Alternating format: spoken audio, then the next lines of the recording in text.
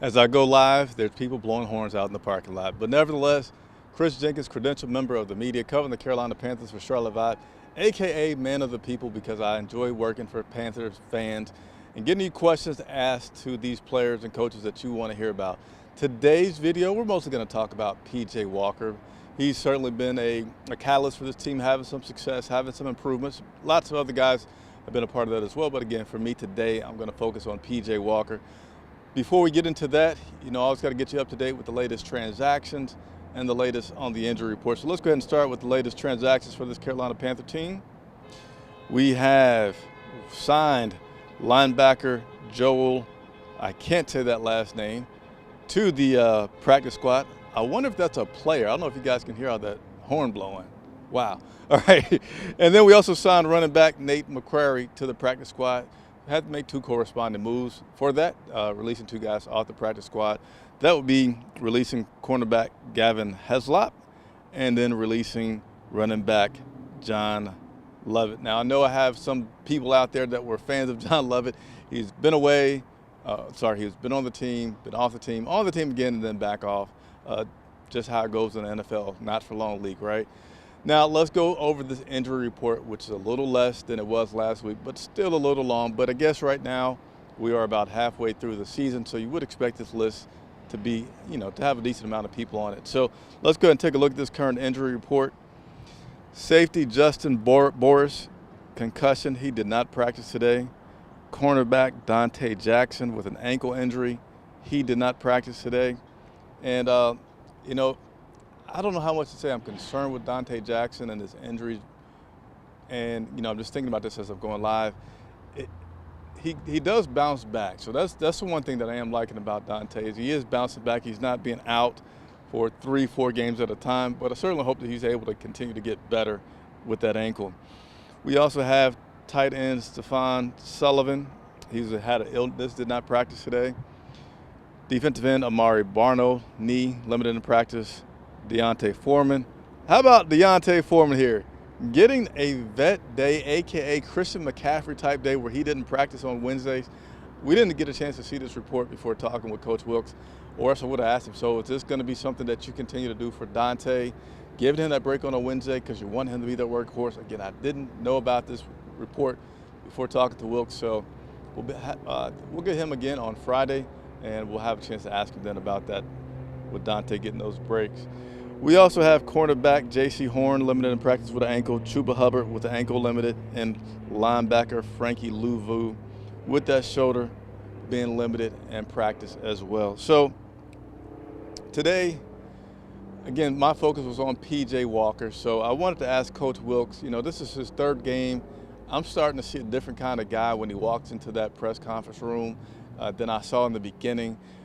For me, I noticed that PJ Walker's a guy that kind of knows his place. He knows where he's been, knows what he has to go through, knows that he's not arrived yet. So he's walking and behaving accordingly. But at this point, I'm thinking, okay, it's been 3 games. We're going to start him for this 4th game. Coach Wilks didn't hesitate to say that. He didn't kind of make it, well, I don't know, I'm going to see. He went ahead and said that PJ Walker's going to start. So I wondered, is it time to go ahead and make PJ Walker our quarterback for the rest of the season, especially seeming like he's getting this locker room. He's doing well ever since he's had an opportunity to do well. So here's Coach Wilks responding to that question. My philosophy, you guys have heard this, is about winning the day. And that's just really staying with the day-to-day operation in each week. So I can't really go beyond this week and tell you exactly what's going to happen next week. So just staying in the moment with Cincinnati, and PJ's just started this week. My leadership role. So he mentioned staying in the moment with PJ Walker right now. So he's still given an opportunity for Sam Darnold to be elevated to that starting quarterback position, and maybe even Baker Mayfield, even though Baker Mayfield it seems like he's becoming an afterthought right now. So PJ Walker was next up to talk with the media today. And again, I noticed a different walk with PJ when he comes into the press conferences. So my question to PJ was about, since week 1, well, I won't say week 1, but his first week in starting in LA, and now this 4th week that he's about to start against the Cincinnati Bengals, what things has he, what's grown the most, what's been working for him the most during this time? My leadership role. I've always had a decent leadership role in the locker room, but I just think every week is growing, every week is expanding. These guys starting to hear my voice a little more and more. So that's a good thing. Like I said, go back to having respect from the other guys in the locker room. For me, I think those guys that go out there and want to go to battle for me. Same for me. I want to go out there and go to battle for those guys. So it's just continuing to just gain those guys' confidence and the respect for the guys in this locker room. PJ been that guy. Sorry about that. I'm trying to control all these videos that I got to play for you today. But there you go, PJ talking about what's been the biggest thing for him is his leadership and the growth and seeing guys rally behind him and want to go to battle for him. And he wants to do the same thing. And that's really why I brought this up. And I'm hoping that Coach Wilks was just saying that because maybe he wants to do it one more week in terms of P.J. Walker. Maybe he just wants to see a little bit of Sam Darnold in practice and being healthy before he really makes his decision. Hey, I want to hear from you guys. It's an interactive show, so go ahead and make sure that you leave your comments about that. Speaking of comments, I hadn't had my comments up to see what you guys are saying yet. But, yeah, I want to hear from you all about, do you want to see P.J. be named? For me, it's just that the fact that ever since Wilks has been head coach, everything has been working. Everything has been improving, okay? Wilks is your head coach. You know he's going to be your interim coach for the rest of the season. This team lost that first game, won the second game, played a heck of a third game against Atlanta. Let's keep on doing this until the season's out. And I'm not saying this is going to get us into the playoffs, but I think it's going to be a pretty good, solid product to put out there on the field each week. Give guys a chance to develop, give guys a chance to continue to grow. First, you go and you throw one of these other guys out there, and now you kind of got to go back to the flip, like, what are we doing? And I just feel like consistency would be a good thing for this team right now. So, went into the locker room, had to ask a couple guys as well. You know, from the outside looking in, I've shared my thoughts on PJ. So I wanted to ask a few guys and had a chance to talk with J.C. Horn on PJ Walker. PJ been that guy. I've been a big believer in PJ just because, practicing against him, he made some of the craziest throws, like the throw he made versus the Falcons at the end of the game. It was surprising, but it kind of wasn't because PJ always made throws like that. So I'm just happy to see it, start turning over for him and seeing him make plays. Are you seeing his leadership kind of start to evolve a little bit more, or?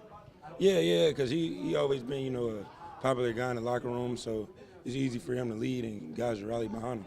I wouldn't really say changes. I feel like maybe just accountability. Everything that the fans and everything have seen in PJ, we've seen in practice 100 times. So we know the type of player that we have in PJ. So really excited he gets to be able to kind of show that off a little bit, kind of be able to show off his talents. So I had to throw in one extra question to Icky because Icky's been a pretty good rookie, right? He had some things he had to work on with that pass rush, but he's been developing pretty well. And we're now approaching week 8, pretty much getting at that halfway point. So I had to throw in one question to Icky about, how have you been? How would you evaluate yourself so far? The whole mix of things, good, bad, ugly, everything. But the most important thing for me is just making sure I learn each and every week, just get better each and every week. I feel like I've been doing that, but the work's definitely far from being over. All right, so there you go. Icky saying lots of improvement, but also a lot to work to do. So again, going back to the P.J. Walker thing, he's not ready to say this is his team yet. And I feel like, again, he knows what his role is. He can't do that yet. He's not been named the starting quarterback from this point to the end of the season. So we'll just continue to see how it evolves. A few other notes from media availability today. I asked Coach about tinkering with that wide receiver lineup. Laviska Shenault Jr. played his most that he's played since coming to the Panthers, and he did pretty respectable. He caught all the ball, I think maybe except one that came his way. And the only thing that is missing is getting him some more downfield opportunities. Shi Smith, on the other hand, has been sliding a little bit. He didn't have any catches at all. I think he only had one target this past week versus the Atlanta Falcons. But Coach Wilks said nothing yet. There's not going to be any tinkering as of right now with that wide receiver lineup. So that is the latest that we have for you. Let's see a few comments here before I get off. Josh, appreciate you signing on, saying Foreman season.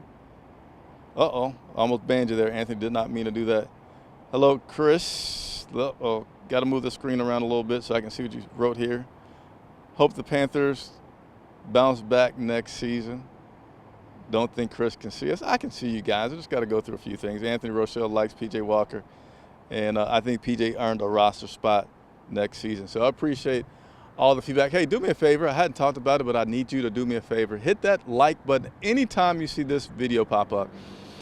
Ask for it. I know it might be a little annoying, but it helps so much and continue to help the channel grow, which again helps me to get players on the show, which I love to do, and I'm sure you guys love having a platform to talk directly to players. So consider hitting that like button. If you're watching and you haven't subscribed, hit that subscribe button. I'm going to go ahead and cut it short because it's cloudy out and it looks like it could rain on me at any moment, and I got to get all this equipment up. So that'll be it for today. I will continue to report to you from the Bank of America Stadium this week on this Carolina Panthers team. So again, hit that subscribe button, and you know what, hit that bell notification as well. That way when I go live, you'll be able to join me and ask any questions that you may have as well. So for Charlotte Vibe, I'm Chris Jenkins at Bank of America Stadium. I'll see you tomorrow.